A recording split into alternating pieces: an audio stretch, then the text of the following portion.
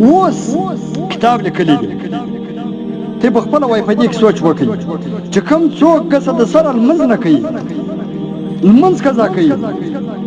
خصوصا لکه د معاشرې اکثره ځوانان او پیغلې چې ما ورته د په مخ کې وویل چې تر لمر راختو پورې بیده او د سهار لمونځ هره ورځ قضا د داسې کس یو عادت جوړ کړی د سهار د لمانځه د قضایي څخه عادت جوړ کړی نو د داسې بدبخته او بېدینو دپاره به په ورځ د قیامت څومره سخته سزا دا خالي وایي چې حفاظت یې نه کوي د هغه چا دپاره دا سزا ده د قضا دپاره نه قضا خو لا زیاته سزا ده هغه دپاره بیا ډېره سخته سزا ده خو زه بار بار په بیانو کې وایم چې لمونځ به هغه بدبخته انسان قضا کوي لمونځ به هغه بدنصیبه انسان قضا کوي چې کوم انسان په ورځ د قیامت د داسې شرمندګۍ طاقت لري او د داسې ضلالت طاقت لري یا په ورځ د قیامت پر یو لمانځه باندې 80 کاله د سزا طاقت لري العیاذ بالله ځکه نبی علیه الصلاة والسلام فرمایي د مشکات شریف حدیث دی چې کوم څوک صرف یو لمونځ قضا کړي قصدن فقط سره یو لمونځ قضا کړي الله تعالی به په جهنم کې 80 کاله سزا ورکړي پر یو لمانځه باندې دا صحیح حدیث دی موضوعي حدیث هم نه دی د ځانه جوړ حدیث هم نه دی د مشکات شریف صحیح حدیث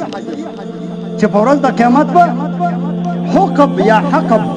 80 کاله ته وایي دا 80 کاله به سزا ورکړي په جهنم کې پر یو لمانځه چیرې چا قضا کړي دا د الله تعالی حق دی اوس له الله جل جلاله د مصر ډېر احسانات کړي دي نن د 2 رکعاته نفل و الله تعالی ته وایي چې یا الله زموږ بیا رضا څخه توبه ده موږ ستا په دین کې ډېر جرم کړی دی حرام یې کړي دي ناروا مې کړي دي ظلم یې کړی دی څه مې ناراضه کړی یا الله ستا رسول مې ناراضه کړی دی ستا دین و ستا قرآن مې ناراضه کړی دی یا الله ما ته معافي وکړه خدای پاکه دننه ما بعد زما توبه ده چې کوم ما قضا کړي دي پر هغه باندې ما ته معافي وکړي لیکن د الله مهرباني ته بیا ګوره التائب من الذنب کما لا ذنب له که یو څوک دومره ګناه کړي لکه دا ځکه و اسمانونه دومره ګناه کړي لیکن حقوق الله حقوق العباد نه هغه نه معافېږي هغه دغه څخه معافي غواړي هغه شی ګورسئ چې دومره ګناه کړي چې د اسمانونو د ځمکو مخان ټول ډکوي لا هم چې الله تعالی ته تی وو به د زړه د اخلاص وای د درو شرطو موافق چې پر تیرو باندې کلک پښیمانه او ماباد کې کلک عزم په اراده دی چې بیا به دا ګناه نه کوم او په حاله د توبې او د استغفار استغفر الله د الفاظ ډیر وای الله پاک پر دغه ځکه باندې ټوټل معافي حتی د ملائکه سره ویری چې ورځ د قیامت ملائکه ریاض د ملائکه سره ویری دا به د خدای مهرباني ته وګوره چې خدای پاک نن یې واره زیات فلکاو واره زیات پر خپل بنده مسلمان باندې مهربان دی خدا زګی دی دا ځای خو نه دی چې پر چاړه پر لار باندې تیروا د نبی علیه الصلاۃ والسلام پر مبارک باندې چاړه تیروا د رسول الله پر مبارک باندې بیت راخه په بیت باندې مبارک وا خدای مهربان دی مزمکه او پاجه کو پاجه سهار ماشام پروت دی خدای مهربان دی حج مکه او حج پر فرض دی خدای مهربان دی دا د خدای مهرباني دی په یاد د قهر دی ونی دی په یاد مهرباني دغه چې تاسو وکړه الله پاک د ملائکه سره ویری مهرباني دغه ده نه چې بس ارڅ کذا کوه د قرآن چې د پاره د علماء چې د پاره د انبیا چې د پاره د حدیث به چې د پاره بس خدای ټول به دا خبره کولای چې خدای مهربان دی نور دې هیڅ نه کولای خبره خلاص سره په خلک استړي خلاص خبره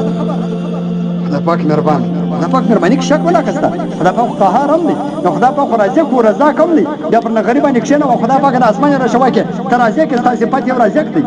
بل صفات رزاق دی ډیر روزي ورکوونکی زیات روزي ورکوونکی خدای پاک د پر نغد در باندې د تناسم بسره شو کوي د څه لپاره چې ورکه شپور پر ځماني وکړل هغه هم صفات دی رحمان هم صفات دی قهار هم صفات دی صمد هم صفات دی هغه د الله تعالی صفاتونه په دا یو رحمان صفات دی په یاد بس ته خدای پاک نه نیو صفاتونه په زرا او صفاتونه هغه ټول ورکړي دا د شیطان وکړه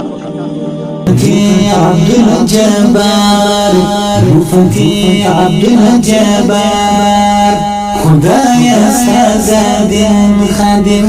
بچی د هوا خدایا سزاد خادم